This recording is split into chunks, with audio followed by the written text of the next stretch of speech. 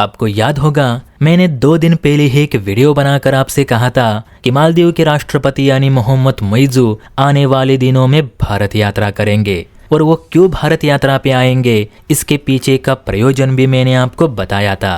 हो सकता है कि आपको याद नहीं रहा होगा, तो आपको शॉर्ट में बता दूं कि मालदीव के राष्ट्रपति मोहम्मद मुइज़्ज़ू भारत यात्रा इसलिए कर रहे हैं ताकि उनका देश जो डिफॉल्ट के कगार पे खड़ा हो चुका है उसे बाहर निकालने के लिए मोहम्मद मुइज़्ज़ू को भारत की मदद चाहिए। शायद आपको पता नहीं होगा, लेकिन मालदीव का विदेशी मुद्रा भंडार 50 करोड़ डॉलर से भी नीचे पहुंच गया है।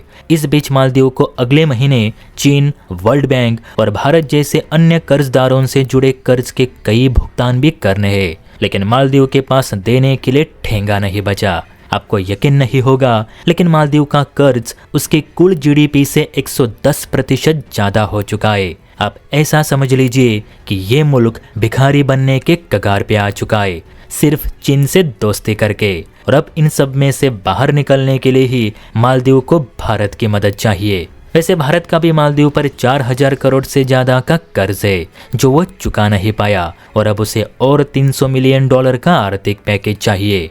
अब इसी खबर ने भारत सरकार, विपक्ष और एक्सपर्ट्स के बीच सियासी गर्म कर दी है। कहा जा रहा है कि भारत सरकार मालदीव की मदद करने को तैयार है, यानी ये 300 मिलियन डॉलर का जो पैकेज है वो मालदीव को मिल भी सकता है। लेकिन सलाहकार और विपक्ष का कहना है कि भारत सरकार अपनी जनता के टैक्स के पैसे ऐसे मुल्क पर बिल्कुल भी खर्च ना करे जो आगे जाकर चीन के ही गोद में बैठने वाला है। मालदीव आज डिफॉल्ट के कगार पर है, इसीलिए वो भारत भारत चिल्ला रहा है। लेकिन जब मालदीव के हालात अच्छे थे तो यही भारत विरोध में नारे भी लगा रहा था। इसे भारत सरकार ना भूले। सलाहकार मानते हैं कि मालदीव आज भी चीन के फेवर में ही अपने डिसीजन ले रहा है। कल को अगर चीन ने प्रेशर डाला तो मालदीव अपने मुल्क में चीनी सेना को भी आने की इजाजत देगा। फिलहाल मालदीव को बस यही चिंता खाई जा रही है कि वो कैसे भी करके इस डिफॉल्ट से बाहर हो जाए, और अगर एक बार वो डिफॉल्ट से बाहर हुआ तो फिर उसे भारत की इतनी ज़रूरत नहीं पड़ेगी जितनी कि वो आज दिखा रहा है। और वैसे भी भारत कोई वर्ल्ड बैंक नहीं जो हर किसी को अपने पैसे बांटता फिरे।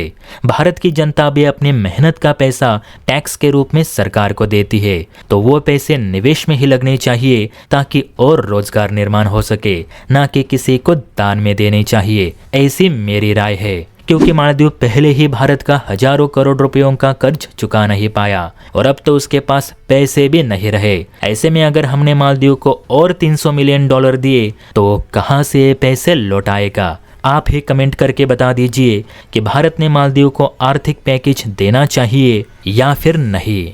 आपकी कमेंट का इंतजार रहेगा। और हाँ, वीडियो अच्छी लगी हो तो चैनल को लाइक एंड सब्सक्राइब भी जरूर करें। जय हिंद।